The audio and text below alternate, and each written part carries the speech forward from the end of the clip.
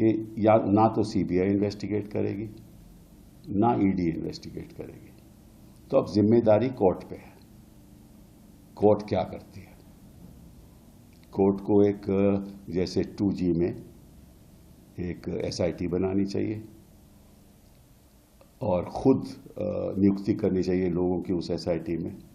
वो इंडिपेंडेंट लोग होने चाहिए और जो भी डोनेशंस हुई हैं, जिस डोनर ने भी पैसा दिया है, कुछ तो ऐसी कंपनी हैं जो लॉस में चल रही हैं, उन्होंने भी पैसा दिया है। कुछ ऐसी कंपनी है जिनके प्रॉफिट्स जो हैं, जिनकी मुनाफा है बड़ा कमती है लेकिन डोनेशन बहुत ज़्यादा है। तो ये सब चीज़ें इन्वेस्टिगेशन के ऊपर निर्भर हैं। मैं इसके बारे में आज कुछ ऐसी बात कहूँ जो सत्य नहीं हो तो वो गलत बात होगी। लेकिन ये बात ज़रूरी है कि ये सारा जो पैसा है, अगर क्विड प्रो को हुआ है, वो लगता है कि हुआ है, तो अवैध है।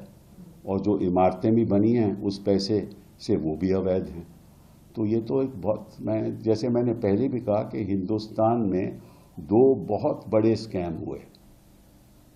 एक तो नोटबंदी का, जहां करोड़ों रुपए जो कैश में थे लोगों के, किसी ने कोई कंप्लेंट नहीं की, कोई इतराज नहीं किया, सभी ने अपना पैसा बदल दिया, उसकी आज तक इन्वेस्टिगेशन नहीं हुई।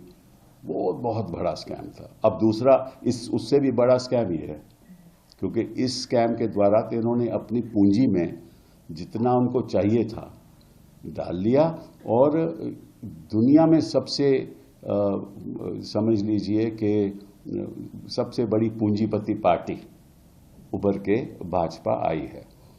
अब देखना ये है कि कानून इसको किस नज़रिए से देखता है। तो उसके बारे में तो मैं आज कुछ नहीं कह सकता। लेकिन आप ऐसा है कि आपकी तो पैकेज आपके पास होगा ना, कि ना खाऊंगा ना खाने दूंगा, तो पैकेज तो आपके पास है, वो पैकेज तो जरा चलाइए। ये तो आप लोगों के ऊपर निर्भर है। सर, एक ये सवाल भी खड़ा हो रहा है कि 2018 से इलेक्टोरल बॉन्ड्स की शुरुआत हुई थी, लेकिन जो डेटा दिया गया है 2019 से दिया गया है। तो ये जो 1 साल का गैप लिया गया, उसकी डिटेल्स नहीं सामने आई है, उस पर भी कई सवाल। अभी तो बड़े गैप हैं, अभी तो बहुत बड़े गैप हैं। गैप इन्वेस्टिगेशन में है, गैप मतलब कि किन किन लोगों ने कितना कितना दिया, अभी ये भी पता करना चाहिए। और ये भी एक बहुत अहम सवाल है कि PM केयर्स में किसने किसने दिया। वो भी तो एक बहुत बड़ी बात है। वो भी उद्योगपतियों ने दिया होगा। तो मैं समझता हूं कि ये एक स्कीम थी और स्कीम के द्वारा हुआ। और इस स्कीम के जो जिसने स्कीम चलाई थी वो हमारे पूर्व वित्त मंत्री जी थे, और उन्होंने सोचा कि इस तरीके से कोई भी पार्टी हमसे मुकाबला नहीं कर पाएगी। वो निकला, सही निकला। जिसके पास पैसा है उसी के पास खेल है। Sir, how do you see the mismatch of the data that has been submitted by the SBI? क्या जो जिस तरह उन्होंने कोर्ट में बोला उसके बाद सबमिट किया, लेकिन there is a mismatch. What is the mismatch? The donor and the amount that is. That is not a mismatch. That is yet to be investigated. Yes. Yeah, so you can't say it's a mismatch, right? You have to find out which political party got which donation. That's a matter again of investigation.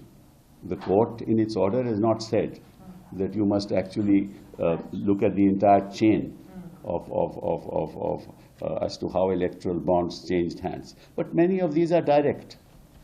Many of these are direct in any case. The companies that have given the bonds are direct. Now the question is who the bonds went to, that's all. That the 2 bond numbers can be found out easily. That's not an issue. That's again a matter of investigation.